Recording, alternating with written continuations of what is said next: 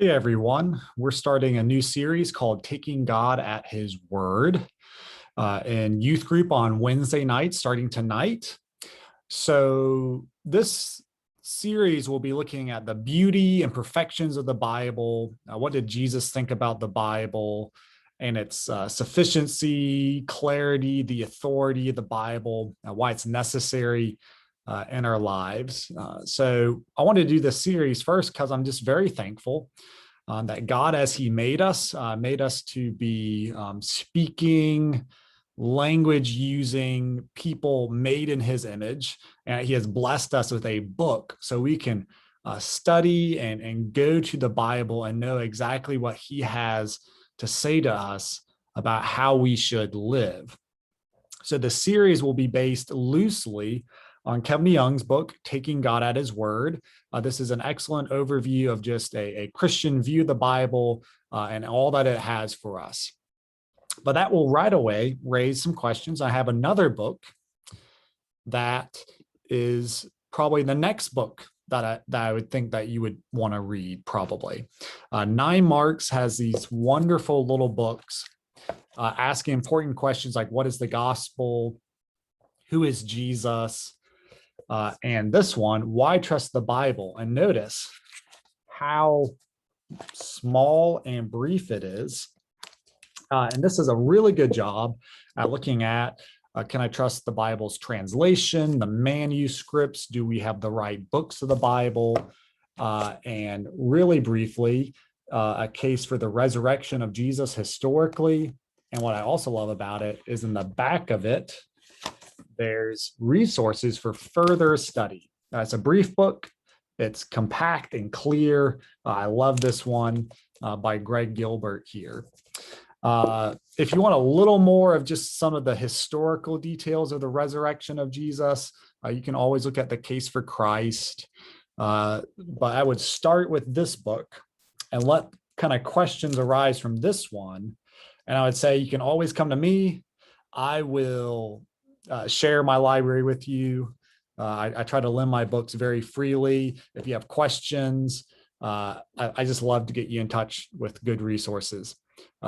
So you can get Why Trust the Bible, and that might lead you to looking a little more closely at some other resources like the Case for Christ for some good just historical. Look at for the resurrection, the historicity of Jesus, and just the reliability of the record of the Gospels. I also recommend that Michael Kruger blog, Canon Fodder. He does a really good job at do we have the right books?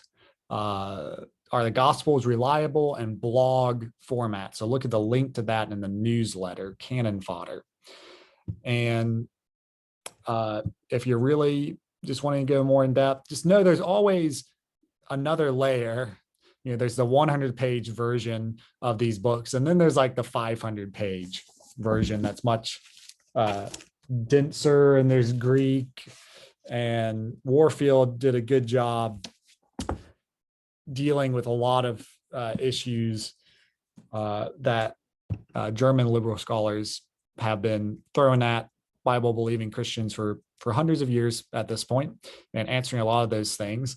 And then he does the heavy work, and then people like Lee Strobel, Greg Gilbert, and others boil it down.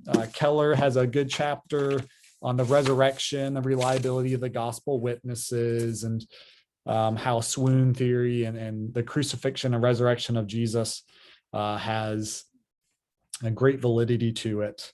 So he has a chapter on the reliability of the Bible. If you go to Michael Kruger's blog, that's wonderful. This was the grad gift this year. And Kruger has several chapters on scripture and the canon. I'm being told that ancient scribes changed the words in the New Testament. He goes through and shows how we know exactly what the original words in the New Testament are, and that we can translate it well. And in fact, you could probably go to any Greek-speaking person, go to Greece, hand them the New Testament, and it would be really, really old Greek to them, but they could figure out and tell you about what it's saying. Anyway, finally, you might say that's all well and good, the reliability of the Bible, canon, some of those apologetic questions. What about just how to read the Bible well? I recommend From the Mouth of God, Sinclair Ferguson. It's a little more in depth, but he looks at things like genre and hermeneutics, seeing how the Bible all connects together, and has lots of great wisdom for interpreting scripture, for understanding the big picture, why God wrote it, and having also another appendix for further reading, and this one as well, on the doctrine of scripture, interpreting the Bible. So he can point you to other places.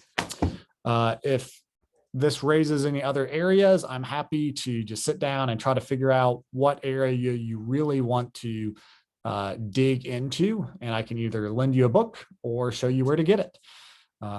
Looking forward to the teaching series this summer, and just getting together and everything we have coming up over the summer as well.